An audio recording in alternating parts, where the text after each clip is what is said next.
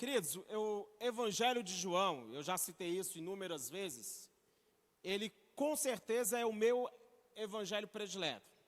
Eu gosto muito da proposta que João traz no evangelho, onde ele vai reforçar a questão da divindade de Jesus. Ele combateu a seita dos nicolaítas, que ficavam dizendo que Jesus não havia se manifestado em carne, mas que Jesus, na verdade, era um tipo de aparição fantasmagórica.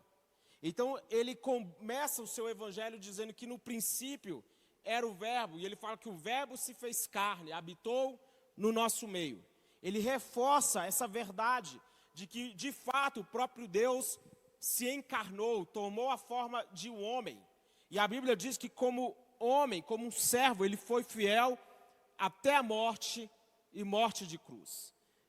Então nós não sabemos exatamente quando João escreveu esse livro, mas estima-se que tenha sido entre 60 depois de Cristo e 100 depois de Cristo.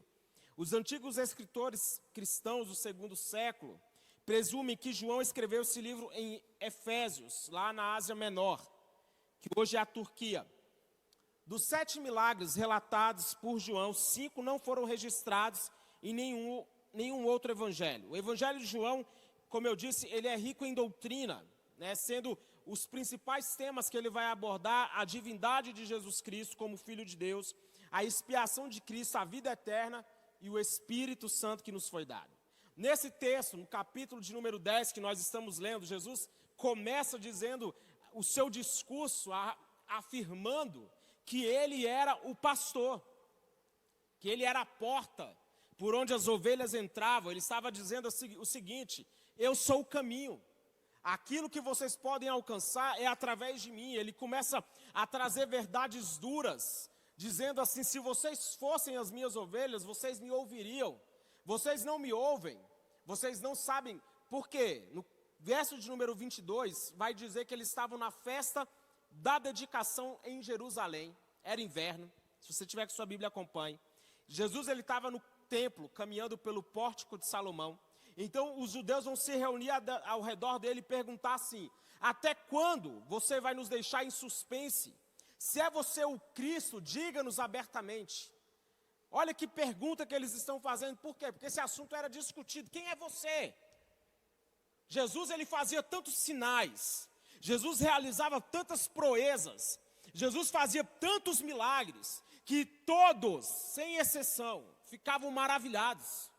E eles ficavam se perguntando: quem é essa figura? Eles então vão indagá-lo dizendo: se é você o Cristo, diga abertamente. Por que isso? Porque Jesus, ele não se apresentou para todos como o Cristo. Ele não disse para todos, ele não respondeu a todos quem ele era. Você pode pegar essa bênção para você hoje. Jesus não ficou tentando convencer a todos de quem ele era. Jesus não ficou preocupado com o que os religiosos, com o que os fariseus pensavam a respeito dele. Na verdade, a Bíblia diz assim que Jesus conhecia os pensamentos dele. Jesus conhecia as más intenções dos corações dele. E Jesus estava sempre não respondendo a esse tipo de coisa. Então, Jesus é indagado, eles vão questioná-lo. Então, ele começa dizendo, no texto que nós lemos, um pouco antes, ele vai falar assim: eu já lhes disse, mas vocês não creem.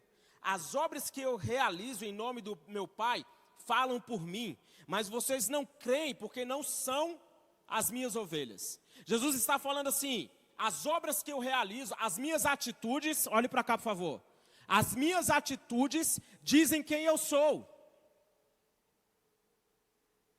Irmão, suas atitudes estão dizendo quem você é, não importa. Não importa as justificativas que você dê. Porque existe uma frase muito conhecida que vai dizer assim: nós agimos como queremos, mas reagimos como de fato somos.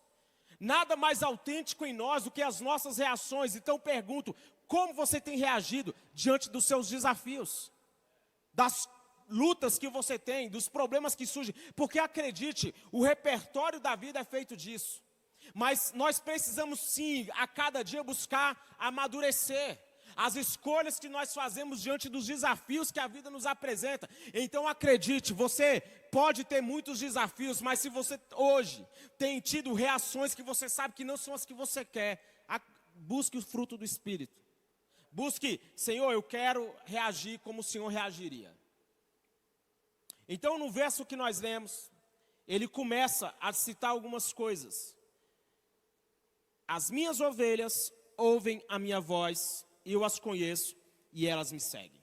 E ouvir a voz aqui está falando de relacionamento. Por quê? Porque esse ato de ouvir a voz, Jesus está citando o quê? Existe um reconhecimento. As minhas ovelhas, elas entendem o que eu digo. Aqui está falando de relacionamento. Você sabe muito bem, você identifica um padrão de relacionamento quando existe um diálogo. Jesus está dizendo o seguinte: as minhas ovelhas, elas ouvem a minha voz e elas me seguem. Por que elas me seguem? Porque existe um padrão. Elas entendem o que eu digo, existe uma conexão, existe uma sintonia. E eu vou dizer algo muito sério: o seu relacionamento com Deus, o meu relacionamento com Deus, o nosso relacionamento com Deus não pode se resumir às nossas reuniões aqui no templo. Se a sua vida com Deus, ela é definida pelos dias de culto aqui, está muito fraco. Eu tenho um casal de amigos que eles, por um tempo, mesmo casados, eles tiveram que ficar separados. E foi um momento muito duro no casamento deles. Por quê? Porque um relacionamento, ele exige essa conexão. E quando você fica distante, essa conexão, ela diminui. Quantos estão entendendo isso aqui em nome de Jesus? Jesus está deixando muito claro aqui que o foco, a ideia é um relacionamento. E o relacionamento, ele amadurece com alguns aspectos importantes. Pastor, como é que eu posso amadurecer o meu relacionamento com Deus? Primeiramente, palavra. Repita comigo bem forte, palavra. Está muito fraco, fala assim, palavra. O nosso relacionamento com Deus, ele vai amadurecer à medida que eu busco na palavra. Entenda, um cristão não pode ser, a gente não pode ser místico, irmão. Então a sua Bíblia aberta na sua casa, no Salmo 23, não está protegendo você. O Salmo 23 aberto lá, eu estou no Salmo 23 porque diz que o Senhor é meu pastor, eu não terei falta de coisa alguma, então quer dizer que na minha casa nunca vai faltar comida, porque a minha Bíblia está aberta no Salmo 23. O diabo não vai entrar na minha casa, porque na minha Bíblia minha Bíblia está aberta lá no Salmo 91, dizendo que eu estou no esconderijo do Altíssimo, à sombra do Onipotente. Não é ser místico. É abrir sua Bíblia diariamente, é buscar a palavra, é buscar se aprofundar. A Bíblia, ela é um manual de vida. A Lígia compartilhou comigo um dia desses, que a gente segue um investidor no Instagram, e ele postou uma coisa tão legal lá, ele postou lá, eu não lembro exatamente o texto em Eclesiastes, mas ele vai falar sobre até investimentos. De você não investir o seu dinheiro em apenas um lugar. Por quê? Porque você não sabe a crise que pode vir no mundo. Olha que lição. A Bíblia, ela é um manual de vida para nós. A Bíblia é um manual, ela é a base, ela é a nossa bússola, é o nosso guia. Então, querido, preste atenção. Quando você é alguém que tem a palavra no coração, quando você é alguém que estuda, que busca, que deseja conhecer mais de Deus, você não se move por misticismos. Você não se move porque, eu vou lá no profeta, porque o profeta tem uma palavra de Deus para mim. Eu não estou menosprezando o ministério de ninguém. Mas cristão que fica indo atrás de um lado para o outro, porque lá tem um profeta, eu quero lá para ver o que vai falar. E eu te convido, vai ler a Bíblia.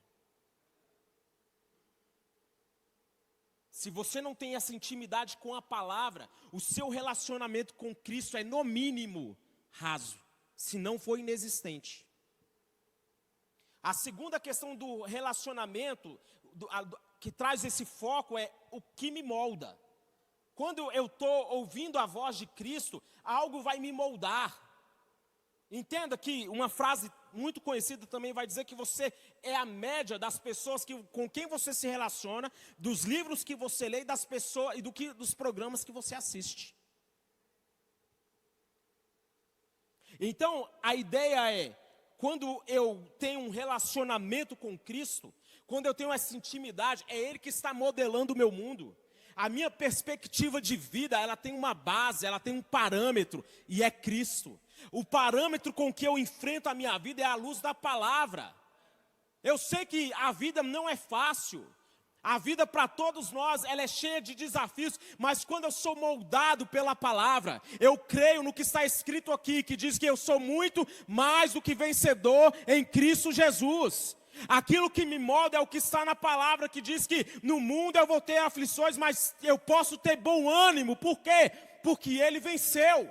Então, quando eu sou alguém que tenho a palavra moldando quem eu sou, moldando o meu comportamento, eu vou declarar essas verdades para a minha vida. Então, querido, se você entrou aqui se sentindo fracassado, levanta sua mão bem alto e fala assim: está repreendido, eu sou mais do que vencedor. Se você entrou aqui como um paciente da doença, você está na presença daquele que é o Deus que cura você. Se você entrou aqui endividado, você está na presença daquele que é o Deus da sua provisão. Se você entrou aqui desanimado, cansado, você está na presença daquele que renova as nossas forças, que nos faz caminhar mais longe. Nós estamos na presença daquele que nos molda. O segundo que Jesus vai trazer é: as minhas ovelhas, o primeiro que eu disse foi, elas ouvem a minha voz, eu as conheço e elas me seguem. Isso fala de obediência. Então, qual que é a consequência, pastor, desse relacionamento que eu busco ter com Deus? Obediência. Na caminhada cristã, entenda isso por favor, na caminhada cristã, o fruto desse relacionamento que eu tenho com Deus é a obediência. Jesus vai falar assim: aqueles que me amam, guardam os meus mandamentos. Se vocês me amam, vocês guardam os meus mandamentos. Isso faz parte da nossa nova natureza. Entenda que essa nossa luta contra o pecado, ela não é o tipo de luta, e nós precisamos entender esse princípio. Quando nós batizamos, quando nós reconhecemos Ele como nosso Salvador, nós temos que crer que dentro de nós, agora, irmã Eli, existe uma nova natureza. Não é mais a velha natureza que está prevalecendo, mas existe uma nova natureza em mim que prevalece sobre a velha natureza. Então, eu creio que a obediência faz parte de quem eu sou. Então, eu não estou sofrendo muito para obedecer. Eu vou perguntar: você tem sofrido muito para obedecer? Pastor, tá duro. Tá duro negar o goró. Tá duro largar o cigarro. Pastor, tá duro largar o adultério. Pastor, tá duro largar o pecado. Ei, tá precisando ter um encontro. E a obediência, ela vem como uma atitude de quem eu sou. Fala comigo, é quem eu sou.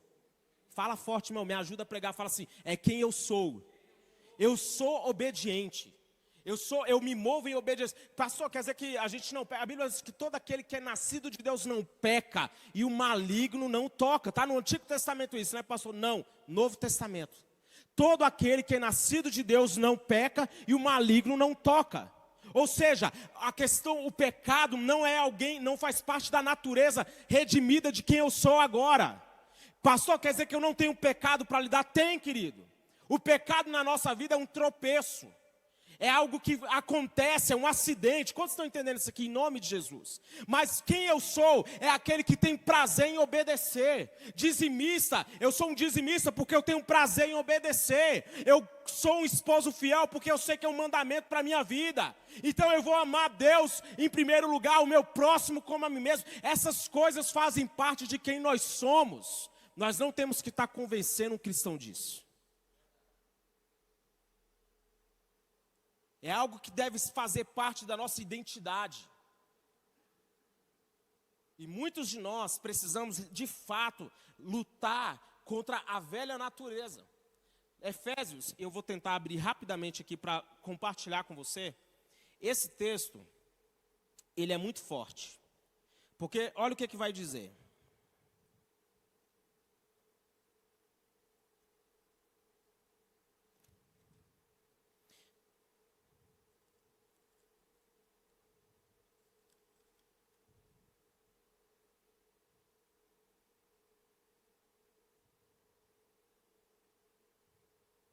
Só um momento.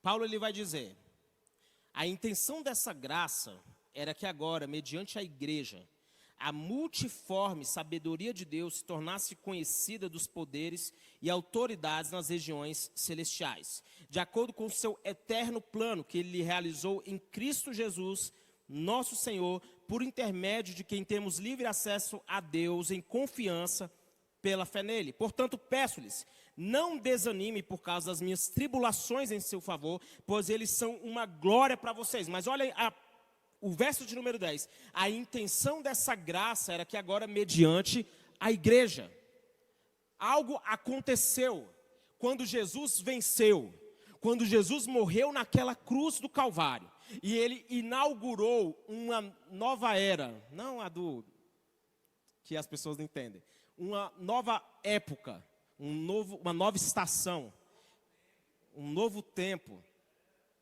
Quando Jesus inaugurou isso, porque quando ele venceu naquela cruz, entenda, todos os poderes, eu vou repetir, todos os poderes foram despojados. Então, aquilo que te dominava, aquilo que você não podia, que você podia falar assim, eu não consigo vencer, já foi vencido lá na cruz. O que eu preciso fazer então, pastor? Me render a Ele, render a minha vida, render quem eu sou a Ele. Tem coisas na sua vida que você vai ter, como Paulo, um espinho na carne, algo que você vai ter que lutar pelo resto da sua vida. Mas o pecado não faz parte de quem você é. A sua nova natureza, ela foi redimida em Cristo Jesus. Posso ouvir um amém por isso? Quantos estão entendendo isso? A guerra contra o pecado, ela é vencida pela consagração e pela obediência. E o prêmio, pastor, depois de tudo isso, Jesus fala, eu lhes dou a vida eterna. A vida eterna, ela é o resultado, ela é o prêmio que nos aguarda depois que nós vencemos esse estágio momentâneo. Porque a vida aqui é passageira. A Bíblia vai falar que nós somos como névoa, nós vamos passar. A vida, ela é passageira, porém, para nós, há uma eternidade preparada. A nossa expectativa, e Paulo vai falar sobre isso, que se a nossa esperança se limita somente a essa vida, nós somos os mais infelizes dos homens. Mas a nossa esperança, ela não se limita ao que os nossos olhos naturais podem ver. A nossa esperança, ela não está somente nesse contexto que os nossos olhos alcançam. Pelo contrário, nós estamos olhando para um prêmio maior. Nós estamos correndo uma carreira buscando um prêmio maior, que é o quê? Que é a salvação que está reservada para todos aqueles que creem em Cristo Jesus. A vida eterna é o nosso prêmio. Faz parte daquilo que Deus tem planejado para nós, é o que nos dá convicção de que vale a pena. A vida eterna, entenda isso por favor, ela não é um mito. Ela não é algo que foi inventado para te dar para tirar o medo da morte. É uma certeza. Jesus falou assim, olha, eu vou preparar um lugar para que você, e quando eu voltar, eu vos buscarei, para que vocês estejam comigo onde eu estiver. Ele foi preparar um lugar. Você pode falar isso para o seu irmão, ele foi preparar um lugar. A nossa expectativa não está somente nesse mundo. Por que eu estou frisando isso? Porque, às vezes, nós ministramos tanto, e é claro que é importante isso, frisamos tanto a importância de você ter uma vida plena aqui na terra, porque são extremos, né? A gente sempre fala sobre isso. Há pessoas que pensam que a vida aqui na terra tem que ser miserável e acabou porque o mundo é mau. Aí tem os outros extremos que acham que tem que conquistar tudo agora. Aí a Bíblia vai falar assim, louco. E se hoje pedir a tua alma, o que tu acumulou vai ficar para quem? A verdade é que nós precisamos entender que a vida que vivemos agora, ela é o ponto de partida. Repita comigo bem forte isso. Ponto de partida. A salvação, e o pastor Costa Neto fala sobre isso, é o ponto de partida, ela não é a linha de chegada. Ela é pelo contrário, ela é de onde nós saímos, é o começo da corrida. O alvo é lá na frente, o alvo é a vida eterna. A nossa busca nesse momento aqui não pode se resumir somente a dinheiro, a conquistas materiais. Nós temos que sempre ter em mente que nós estamos buscando um prêmio maior. Algo muito melhor, muito maior nos foi preparado. Sabe o que a Bíblia vai falar? Que os antigos, muitos deles morreram sem alcançar a promessa. Mas sabe por quê? Porque eles vislumbravam um prêmio muito melhor. Tem promessas aqui de Deus para você? Ei, eu quero dizer que tem coisas muito melhor preparadas. Existe algo ainda muito mais pleno, existe ainda algo muito maior que Deus reservou para todos aqueles que creem nele. Jesus vai dizer: eu lhes dou a vida eterna, elas jamais perecerão. Isso aqui fala de segurança. É Ele quem nos garante. Querido, entenda, estar nas mãos dele é o melhor lugar onde nós podemos estar. Jesus está falando aqui, elas estão em minhas mãos. E eu gosto muito do desfecho que ele fala assim: quem vai poder arrancá-las das minhas mãos? Jesus está dizendo aqui que existe um lugar de proteção para nós. Existe um lugar de segurança. Na Bíblia, sabe o que a Bíblia vai dizer? Que na mão direita de Deus há riquezas e glória. E na sua mão esquerda, acúmulo de dias. Quem quer estar nas mãos dele? Entenda que essa bênção Davi viveu. A Bíblia vai dizer assim que Davi morreu em boa velhice. Davi morreu acumulado de bens. Davi é uma personificação dessa verdade. De um homem que cumpriu, e a Bíblia ainda vai falar isso, que cumpriu o seu papel, serviu a sua geração. Repita comigo isso: serviu sua geração. Isso se chama propósito.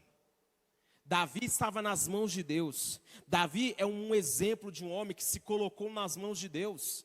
Davi é um homem que ele é um exemplo bíblico de uma pessoa que tinha tudo, que teve os seus tropeços, porque o mais fantástico, eu ministrei domingo pela manhã, lá em Goiânia, na igreja que minha mãe pastoreia, e eu falei sobre isso. Sabe o que é mais fantástico na Bíblia? Que ela não cria mitos em torno dos nossos referenciais. As pessoas que estão na Bíblia, que são os nossos referenciais de fé, eu espero que seja o seu. Os homens na Bíblia que são o nosso exemplo de homens que superaram. Olhe para Abraão, pai da fé. O pai da fé foi o homem que agiu por incredulidade ao se deitar com a serva. Se você parar para pensar, todos os nossos referenciais na Bíblia tiveram seus tropeços. Porque a Bíblia, ela não romantiza, ela não deixa todo mundo como homens ou mulheres perfeitos, sem falhas, porque isso não é a verdade. Todos nós temos falhas, todos nós temos pontos cegos, todos nós temos problemas de caráter, todos nós precisamos tratar coisas na nossa vida. Amém ou não amém? Ou alguém aqui já está pronto para ir para o céu? Foi concebido, né, em pecado. Abraão é pai da fé. E quando Sara vira para ele e fala assim: se deita com a minha serva, porque Deus não está me dando filhos. Ele vai lá e se deita. Ele foi obrigado? Não. Ele agiu por fé? Não.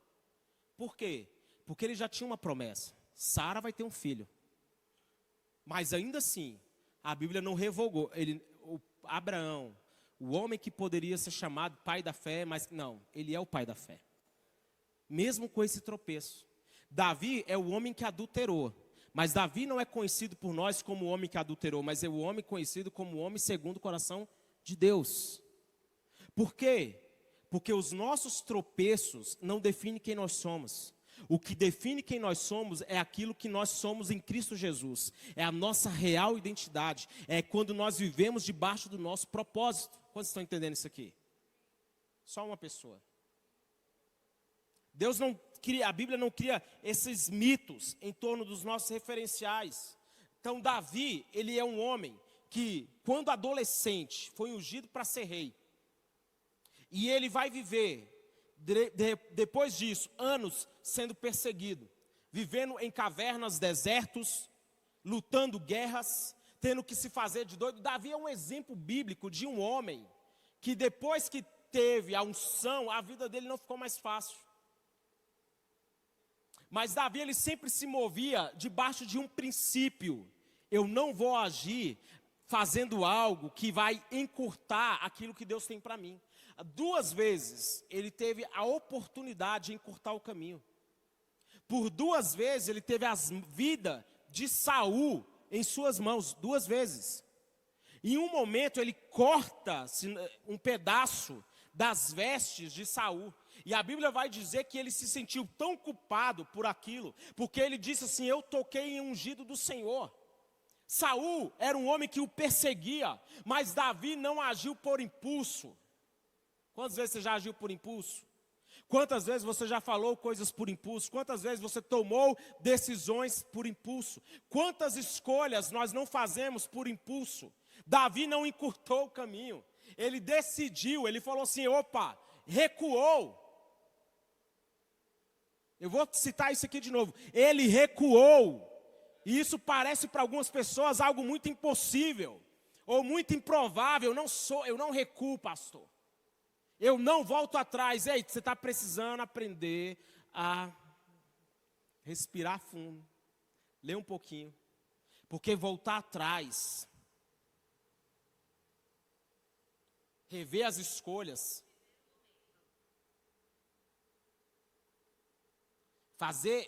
voltar atrás, isso é cristão. Eu quero concluir. Jesus diz: quem pode arrancá-las das minhas mãos? Isso aqui é um desafio.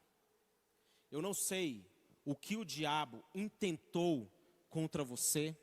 Eu não sei o que o diabo intentou contra a sua casa. Eu não sei quais são os desafios, os obstáculos que você está vivendo, mas eu vim profetizar nessa noite no nome de Jesus: a sua casa está nas mãos do Senhor. A sua casa, ela está firmada no Senhor. E o desafio é: quem poderá arrancá-la das minhas mãos? Não vão ser as dívidas, não vão ser as doenças, não serão os problemas, não serão as artimanhas do diabo que vão me arrancar do lugar de onde eu estou. Eu estou plantado na casa do Senhor, eu estou plantado na presença do Senhor, e quando eu estou nesse lugar sólido, nesse lugar firme, vai vir chuva, vai vir tempestade, eu vou permanecer de pé.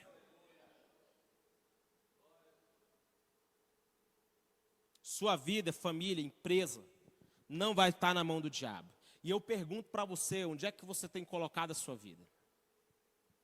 Porque, queridos, quando surgem problemas, nós abrimos a boca e falamos muitas coisas. Quando as coisas não estão acontecendo como nós gostaríamos, quantas palavras não saem da nossa boca? Quantas palavras tolas não saem da nossa boca? Quantas maldições nós não lançamos sobre a nossa casa? Nada na minha vida dá certo. Esse meu casamento foi o maior erro da minha vida.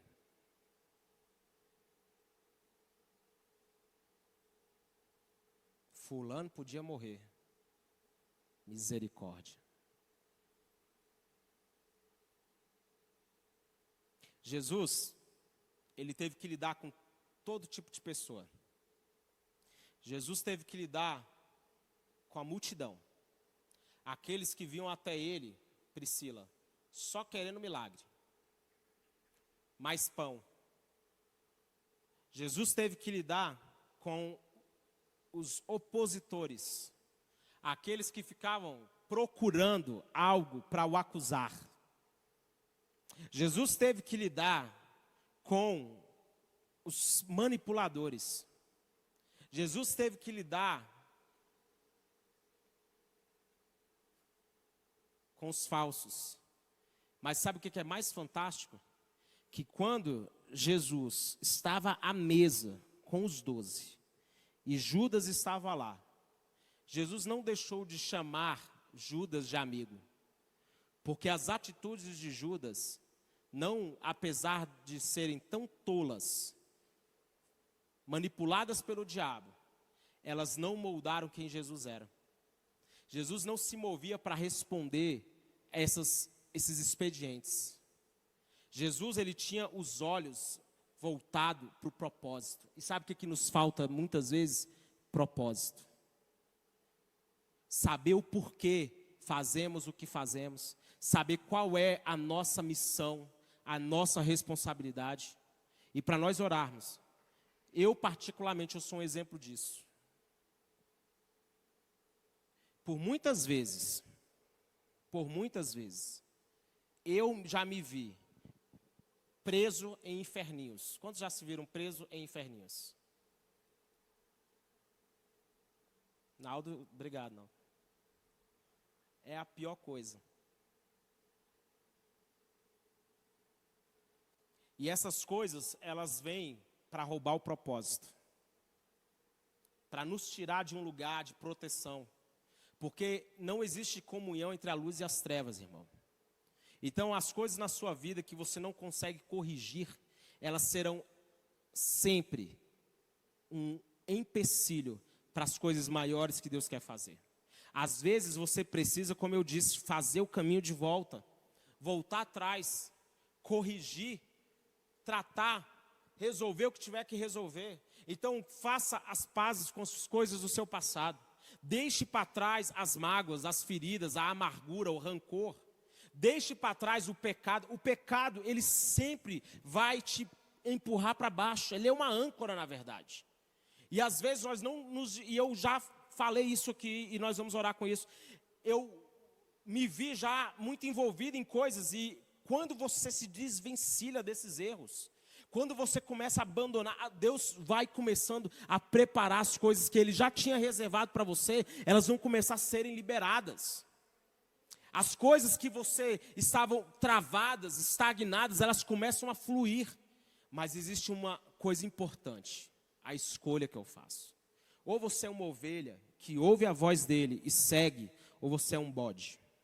Olha para o seu irmão, vê se ele está com cara de ovelha ou com cara de bode. Essa é só uma piada, fica de pé.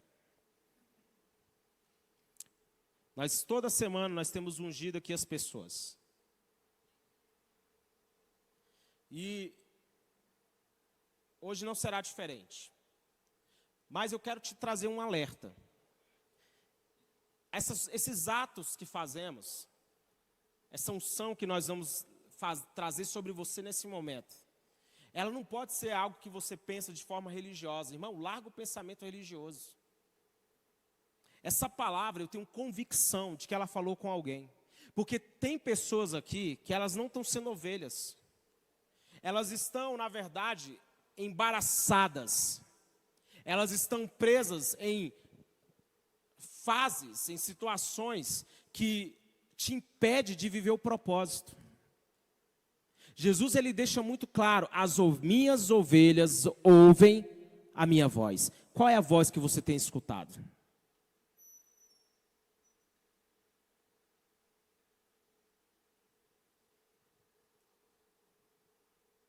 Há pessoas que não conseguem sair de um lugar, elas ficam presas naquela fase, ela quer devolver algo que lhe fizeram. Hoje é noite de falar assim, Senhor, eu só quero ouvir a tua voz. Você pode colocar a mão na sua mente e falar isso, Senhor, eu só quero ouvir a tua voz. Chega de ouvir a voz do suicídio, chega de ouvir a voz do adultério, chega de ouvir a voz da vingança, chega de ouvir a voz que te faz querer voltar para o lugar de onde Deus já te tirou. Hoje é noite de escolher, eu vou repetir isso, hoje é noite de escolher que tipo de homem, mulher, cristão você quer ser. Você pode escolher o lugar onde você vai estar. Existe um lugar muito melhor que Deus tem reservado para nós. Esse lugar é a presença dEle. É o lugar de onde nós nunca devemos sair. Mas o mundo sempre vai tentar te atrair, te dar os atalhos, as escolhas mais fáceis, o prazer da carne. É noite de dizer, Senhor, eu sou tua ovelha e eu só quero reconhecer a tua voz. Eu não quero ser guiado pelas minhas emoções, que dizem para mim coisas negativas. Eu não quero ser guiado como o mundo prega pelo meu coração. Segue o teu coração. Não, o teu coração é enganoso. Segue a palavra.